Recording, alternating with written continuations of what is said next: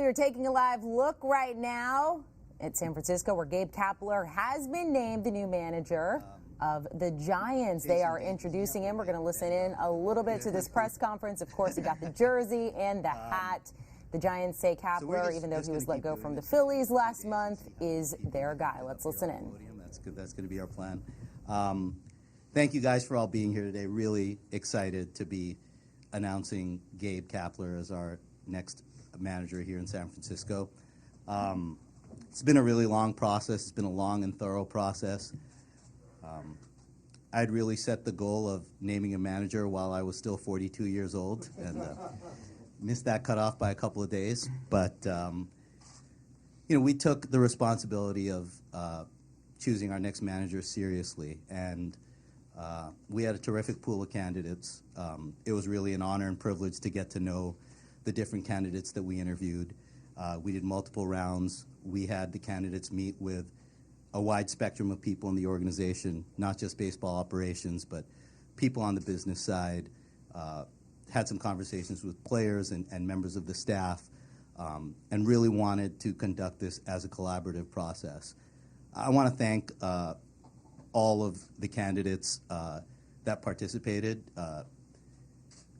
There are a lot of guys that I think deserve the opportunity to manage one day, and I hope it happens soon for them. That was one thing that I felt really strongly about as we went through this. As I said at my end-of-season press conference, when we thought about what we really wanted in our next manager, I mentioned that we wanted to find somebody who could create strong relationships with players and with a front office. And we felt like if we had those two things, that would be the foundation for a really strong and positive relationship and somebody who could really take this organization forward. And as we went through the process and interviewed candidates, it became clear to us as a group that Gabe Kapler was the right guy for the job. And as part of that process, we reached out to people in the Phillies organization, and frankly, they reached out to us as well to offer their endorsement and support. That was one thing that was very clear to us, that in terms of developing those relationships with both the players and with the front office, that was something that Gabe did exceptionally well with the Phillies, and that was coming directly from the source. So that was a very pivotal and valuable piece of the puzzle for us as we went through this. I obviously have some experience with Gabe. We worked together in Los Angeles. He was the farm director there. I think that's the most difficult job in baseball. It's the most difficult job in baseball because organizations are increasingly putting a lot of emphasis on player development.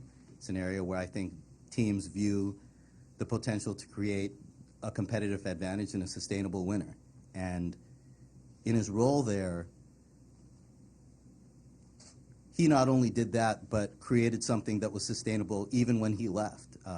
He hired staff and he put processes in place that I think are a big part of why that farm system operates as effectively and is as productive for that organization as it is today. We're in a situation, and we've talked about it a lot, where we're an organization in transition. And development is going to be a key for us. It's going to be a key for us not just at the minor league level, but at the major league level. And as we went through the process and thought about Gabe's candidacy and qualifications, we thought he was someone that, beyond building those relationships that I talked about, would also be able to focus on the development that we think we're going to need to be successful going forward. I want to touch on the incidents in LA that have been out there in the public sphere and talked about over the last couple of weeks. I was obviously there at the time, and I just want to state a couple of things for the record. What we talk about here, Gabe does have sort of supporting documentation for, and these are things that were corroborated by MLB's investigation, which was part of the process. Number one, Gabe never tried to hide anything. The incidents that happened, he reported up the chain of command within baseball operations. The baseball operations group referred him to legal counsel in LA, and everything we did from that point forward was done collectively as an organization.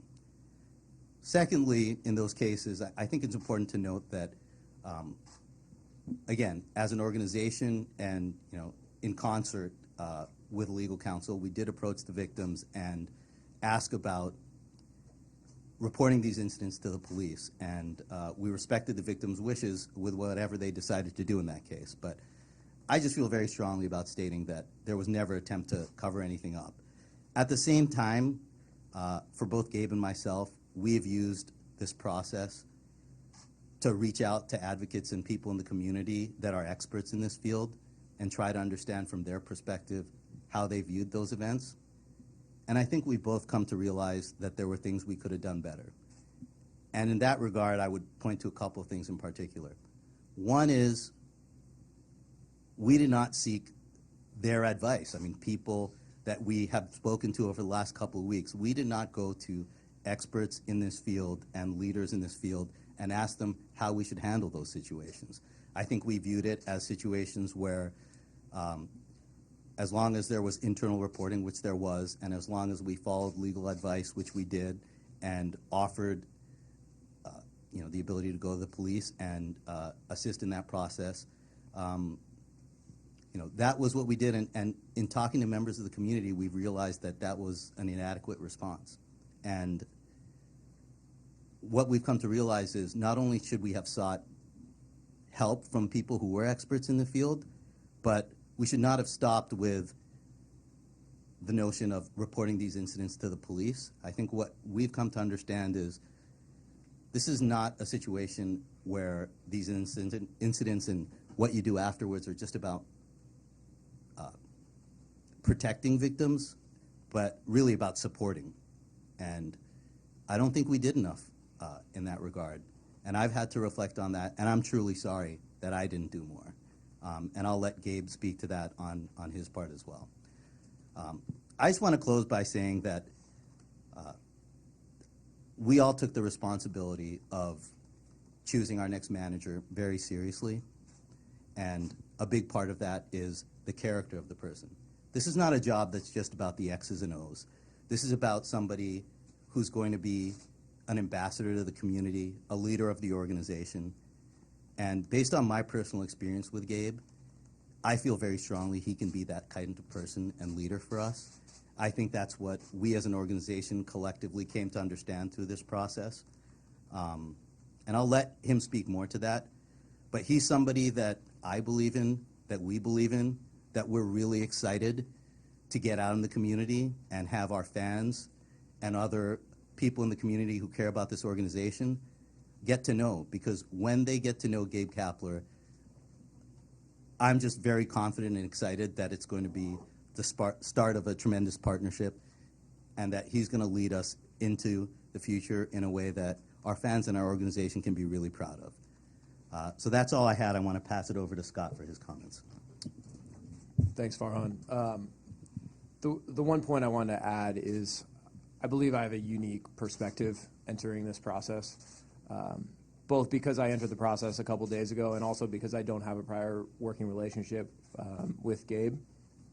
So the most important part of my process in evaluating his candidacy was leaning on the references that I got from people I trust in the game, leaning on the references I got from people who saw Gabe perform as a manager and as a player. And Farhan and I were very impressed by the reference checks that we did around the game. Many players, coaches, and executives reached out to us, and they spoke glowingly about Gabe's work ethic, about his growth mindset, about his commitment to making players better, and about his ability to create a culture at the major league level that promotes and inspires development.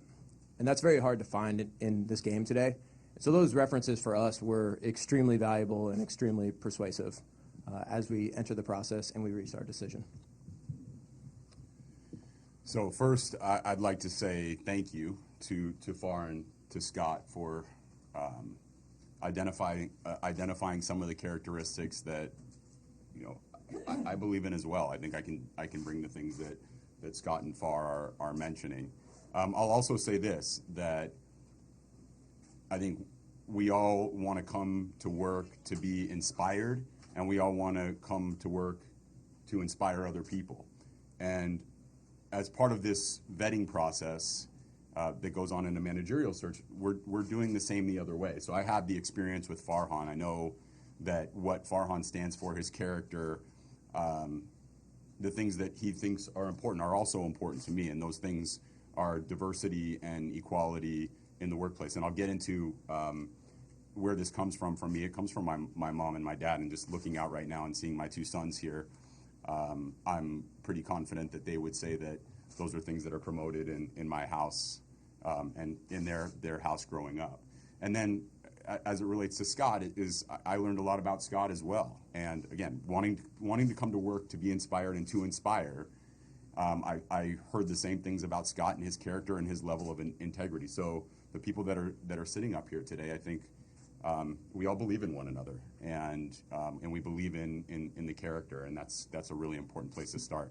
So I mentioned my mom and dad. They weren't able to be here today, but I leaned on my mom pretty heavily through this process, and for pretty obvious reasons. I think if I could go back and do some of the Dodgers stuff different, I probably would have called my mom and asked her a few more questions about which steps to take. And to Farhan's point, figuring out ways to support even better. And I think this is the right time to say that I'm sorry that I didn't make all the right moves. Everything that I did, I acted on from a place of goodness and from my heart and wanting to do the right thing, but I was naive. I was in over my skis and trying to do things on my own when it was very clear that I needed counsel, and I needed counsel from people like I've met in this community over the course of the last 2 weeks. And going forward, I would be seeking out that counsel. I mean, the counsel that my mom gave me over the course of the last 2 weeks was really meaningful to me. And so seeking out the advice of experts in these types of situations going forward is an adjustment that I would immediately make. Chase and Dane, thank you for being here. They missed school, and Dane's getting ready for his next playoff game in high school football, and Chase is missing a day at UCLA for this. So I had to say, like, looking out and seeing their two faces puts me at ease in a way that I wasn't at ease earlier in the day. Love you both, and I'm really glad you're here today. I wanted to take a moment to acknowledge the Phillies front office. They gave me my first shot to manage, and that didn't lead to the outcomes that any of us expected, but I think the most important thing that we can do in baseball is develop relationships, maintain relationships, and nurture those relationships. And the relationships that I developed with the people in Philadelphia, the front office in Philadelphia, are going to be long-lasting. They're not going to stop here. Again, want to just take a moment to acknowledge Farhan and Scott for the faith that they're demonstrating in me by giving me this jersey and this San Francisco Giants baseball cap that I'm very, very proud to be wearing right now. Also want to acknowledge Rob and Larry, who are also here today, and the entire Giants organization for putting that trust in me. I'm going to work tirelessly to reward that faith and this opportunity. Farhan mentioned it earlier today. I'm pretty humbled by the fact that there are only 30 of these jobs, and I'm getting a job very quickly after having some pretty public issues and some things in Philadelphia that didn't go according to plan, and I don't take that lightly. And through the course of this process, I've gotten to know a lot of great people in and outside of the organization that I know are going to be helpful in me learning from the mistakes that I made in Philadelphia and applying them here in San Francisco. The first that stands out to me is Bruce Bochy. And as I went through this process, I had the opportunity to spend a couple of hours with Boch. And it is going to be impossible for me to fill Bruce Bochy's shoes. It's not something that I'm going to set out to try to do. He's a Hall of Fame manager, beloved in this city and across baseball for so many totally appropriate reasons. One of the things that we talked about in our conversation was his second time managing was better than his first time, and he made a lot of adjustments along the way, and I could look for cues. One of the things that I'm going to set out to do is spend a lot of time with Boch and learning as much as I can about the ways that the things that he learned, and that's one of my major initiatives.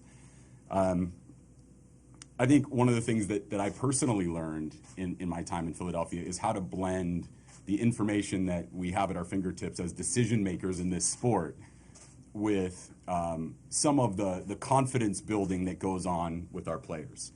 And very specifically, sometimes the smallest strategic in-game decision or baseball decision doesn't trump instilling a lot of confidence in a player that has to go up into the batter's box and have that confidence so that he can get off his athletic swing, or the pitcher on the mound that can deliver his best pitch and do so fluidly without maybe being bogged down by some of the numbers and some of that information. So not saying that one way or the other is more appropriate, but I do think that one of the things I learned is how to blend those things well to inspire the confidence of as many players as possible. Speaking of players, Buster is another guy that I was able to get to know during this process. We spent some time together as well. And I found Buster to be very attentive, very aware. And as I think ahead of how I'm going to make an impact in this clubhouse, I'm going to lean heavily on Buster because, from Boch to Buster to some of the other players in the clubhouse, nobody has a better perspective about what this clubhouse needs and what is going to create energy and enthusiasm and adjustments and accountability in this clubhouse like Buster does. Coaches matter too, and one of the things that I'm most excited and passionate about is hiring a top-of-the-charts staff to lead this organization that I can lean on and give a lot of responsibility to, so I can be better equipped to sit down and have conversations with our players. And Ron Wotus is going to be our third base coach in 2020, and very honored, very excited about working with Woe. And specifically, his reputation is stellar. He's been in this city forever. And again, as I look for places to get perspective, and part of the first couple of months of entering an organization as a manager is going on a listening tour, and that listening tour includes just not saying as much, but really asking a lot of questions. So something that I plan to do with Woe. I wanted to touch on a little bit why I'm really excited about coming into the San Francisco Giants organization, and very specifically the city of San Francisco. I got a text early this morning from a former teammate of mine who remembered back to the mid 2000s, and me saying I was really excited about going to San Francisco because I connect with the city, I connect with the food, I connect with the opportunity to walk the city, which is something that I share in common with Boch. And I can tell you that over the last couple of days, I've walked from the ballpark to Nob Hill to the financial district and everywhere in between, stopped in cafes, had cups of coffee, got great meals, and really was witness to what I believe to be one of the most diverse and accepting cities on the planet. And that probably excites me more than anything else about coming to San Francisco. And that brings me back to my mom and my dad and my two sons. My mom and my dad were both civil rights activists. They were both very heavily involved in social justice